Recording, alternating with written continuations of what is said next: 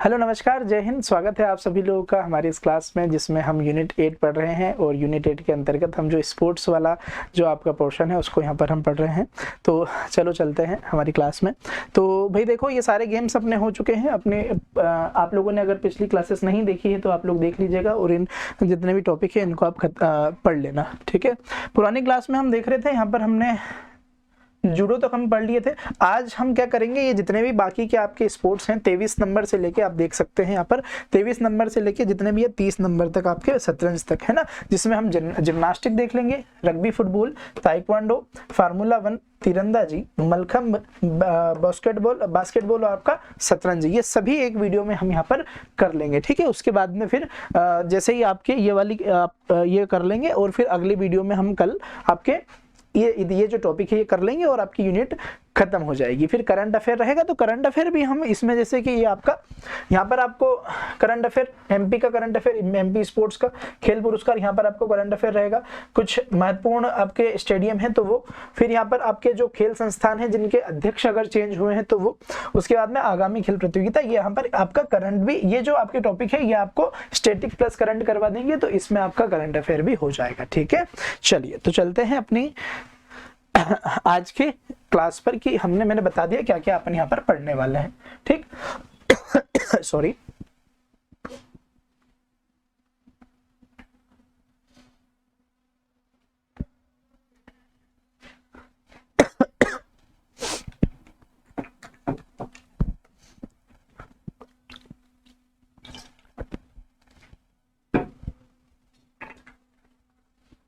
चलिए तो आज का अपना टॉपिक स्टार्ट अपन करेंगे। जूडो हमने लास्ट वाली क्लास में पढ़ा था, देख लेना जिनने नहीं देखा है वो, ठीक है। चलिए जिम्नास्टिक, बहुत जल्दी यूनिट आपकी खत्म हो जाएगी, ठीक है। और जैसे ही खत्म होगी उसके 1-2 दिन बाद ही आप लोगों की यूनिट 10 आप लोगों के लिए जिसमें आयोग है वो अपन शुरू कर देंगे, ओके। जिम्नास्टिक खेल की यहाँ पर उत्पत्ति अगर आप देखेंगे तो ये ग्रीक शब्द है एक जिनोस, है ना, यहाँ से मानी जाती है। और प्राचीन ओलंपिक में जिम्नास्टिक खेल होते थे, ठीक है, ये शामिल थे उसमें।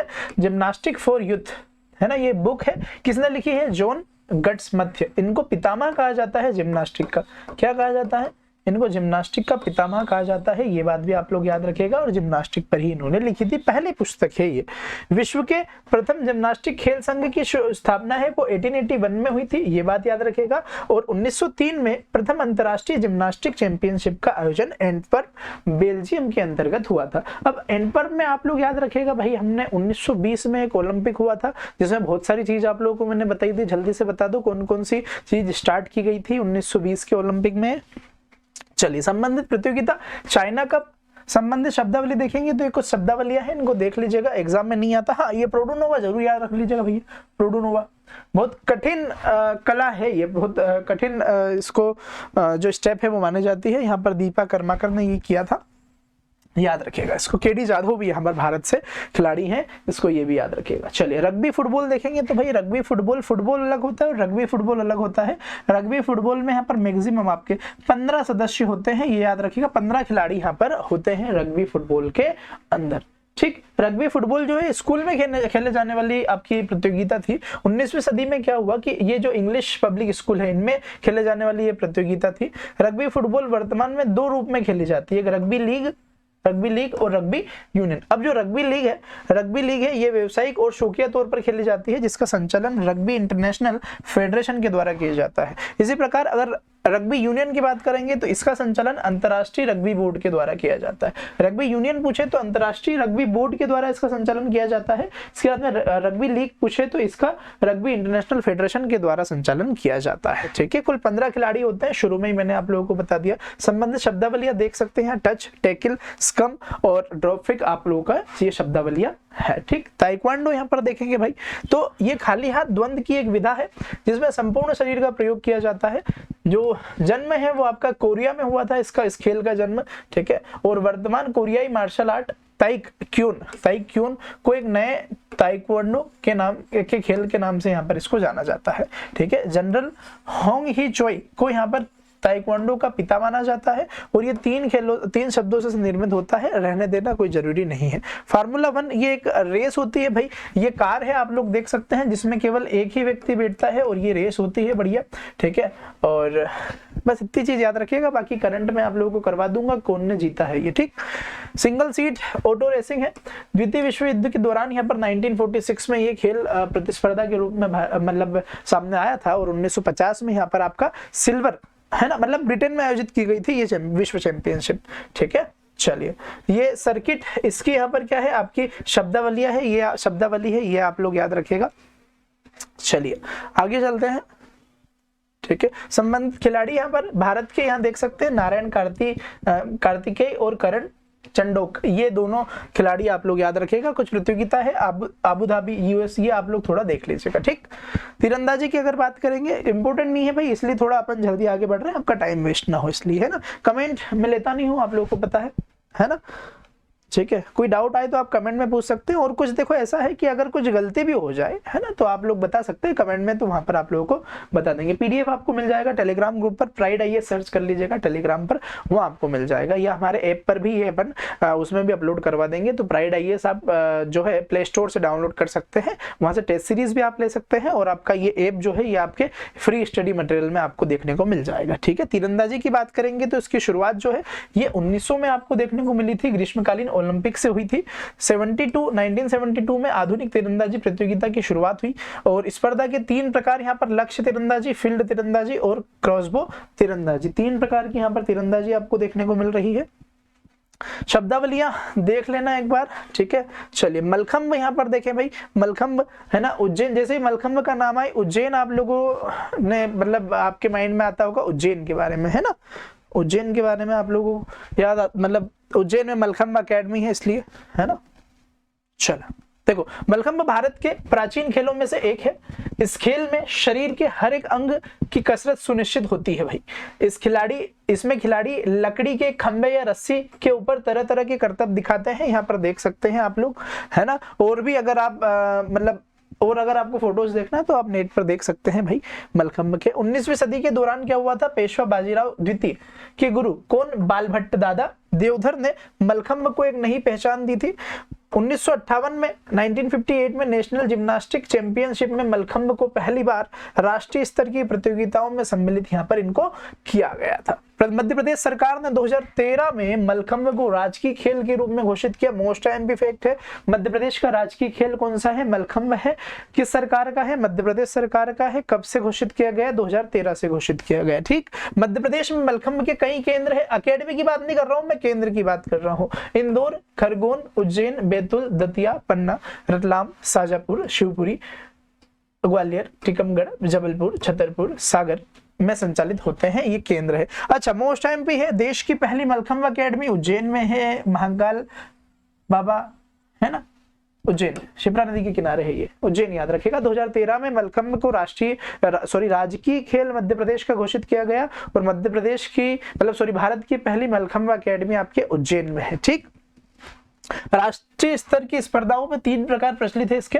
एक फिक्स्ड है, जिसमें क्या ये स्थायी होता है, केवल पुरुषों के लिए होता है, ठीक है, केवल पुरुषों के लिए होता है। एक ये फिक्स्ड, ये आपका पहला प्रकार है। इसके बाद में एक हैंगिंग मलखंब है, इनको अगर देखना हो तो ये भैया आप लोग नेट पे देख सकते हैं, फिक्स्ड मलखंब, आप लोग वहां पर फोटो आपको मिल जाएंगे। 3 प्रकार के होते हैं स्पर्धा, यहाँ पर एक फिक्स्ड होता है, ये केवल पुरुषों के लिए होता है। इसके बाद सेकेंड बात करेंगे तो हैंगिंग मलखंब होता है, ये भी केवल पुरुषों के लिए होता है। और तीसरा आता है आपका, ये आता है शेप मलखंब। शेप मलखंब ये महिलाओं के लिए होता है, ये चीज आप लोग को याद रखनी है ना, ठीक है। कौन कौन से, एक आपका फिक्स्ड हो गया, एक हैंगिंग होंगे। फिक्स्ड और हैंगिंग दोनों ये आप लोगों के पुरुषों के लिए है, और शेप मलखंब जो है वो महिलाओं के लिए है, ठीक है, महिलाओं के लिए, और आपके 2 पुरुषों के लिए। 3 प्रकार ये आपके देखने को मिलते हैं भैया, ठीक है। प्रमुख शब्द इनमें क्या होता है, जरूरी नहीं है, नहीं आता है एग्जाम में, ठीक। चलिए, तीरंदाजी है ना, ये पढ़ी लिए हैं आप लोग, ठीक है। फिर बास्केटबॉल की यहाँ पर बात करेंगे भैया, तो इसका प्रारंभ यहाँ पर अमेरिका में डॉक्टर जेम्स स्मिथ ने 1891 में किया था, 1891 में किया था।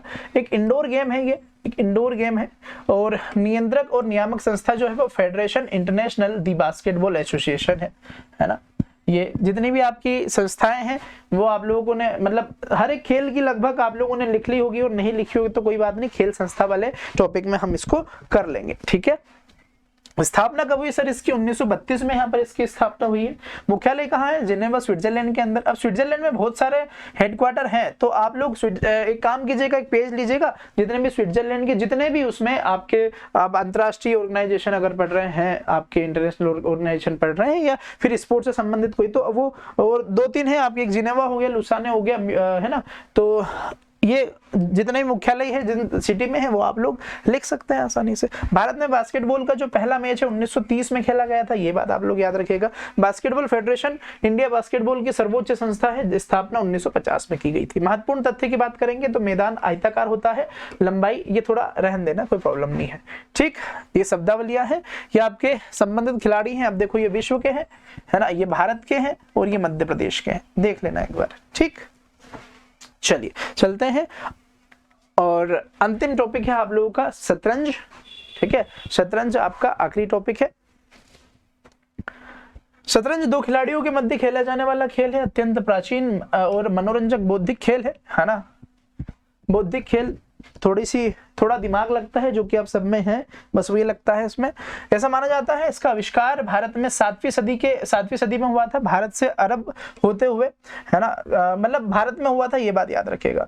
यह खेल यूरोप तक पहुंचा है, भारत से अरब होते हुए यूरोप तक पहुंचा, कोई जरूरी नहीं है, रहने देना। केवल ये याद रखिएगा, ये फिडे ये जो है ये इसकी अंतरराष्ट्रीय संस्था है, इसका हेडक्वार्टर एथेंस ग्रीक में है। ओके, देखो एक पढ़ा है फीफे, मतलब फीफा, फिर फिला, फिडे, है ना, ये सारी चीज अपन ने पढ़ी। 1-2 और संस्था पढ़ी है इससे संबंधित, तो वो सब आप लोग देख लेना एक बार, ठीक है। खेल की शुरुआत हमेशा सफेद मोहरों से की जाती है। आपने अगर खेला होगा तो याद होगा शतरंज के बारे में, है ना, और आनंद विश्वनाथ याद होगा नाम आपको, ये खिलाड़ी, ये सारे खिलाड़ी है। ये आपने यूनिट 9 में पढ़ा होगा, गैरी कास्परोव, ठीक है, व्लादिमीर क्रेमनिक, ठीक है। भारत के देख लो 1-2, यहाँ भारत के जितने भी हैं आपके सामने हैं, ये आपके विश्वनाथ आनंद, दिव्येंदु बरुआ, ये सारे आपके थोड़े इनके जो खिलाड़ी हैं इनको आप थोड़ा देख सकते हैं, ठीक है। तो यही थी आपकी क्लास, ठीक है। तो इसमें हमने 30 टॉपिक जो है आपके स्पोर्ट्स से संबंधित जितने भी जो मतलब जितना भी स्पोर्ट्स होता है और इनसे संबंधित जो भी महत्वपूर्ण जानकारी होती है, इसके बारे में हमने इन पुरानी क्लासेस में देखा, जितने भी क्लास अभी तक हुई है इसमें हमने देखा। अगर आपको अच्छा लगे तो प्लीज आप इसे अपने दोस्तों के साथ शेयर कर सकते हैं। यूनिट 8 अब कुछ टॉपिक और बचे, 10 टॉपिक मुश्किल से बचे, वहां से भी क्वेश्चन बहुत आते हैं भाई, वहीं से आते हैं अधिकतर क्वेश्चन, है ना। यहाँ से अगर देखेंगे स्पोर्ट्स कौन से पढ़े तो आप फुटबॉल तक अच्छे से कर लीजिएगा, बहुत अच्छे से, मतलब उनके नोट्स बना लेना, है ना, क्लास देख लेना, बार देख लेना, 2-3 बार क्लास देख लेना, PDF पढ़ लेना अगर नोट्स बनाने का समय ना हो तो, ठीक है। और अगर आप अनअकैडमी के साथ यहाँ पर जुड़ना चाहते हैं भाई,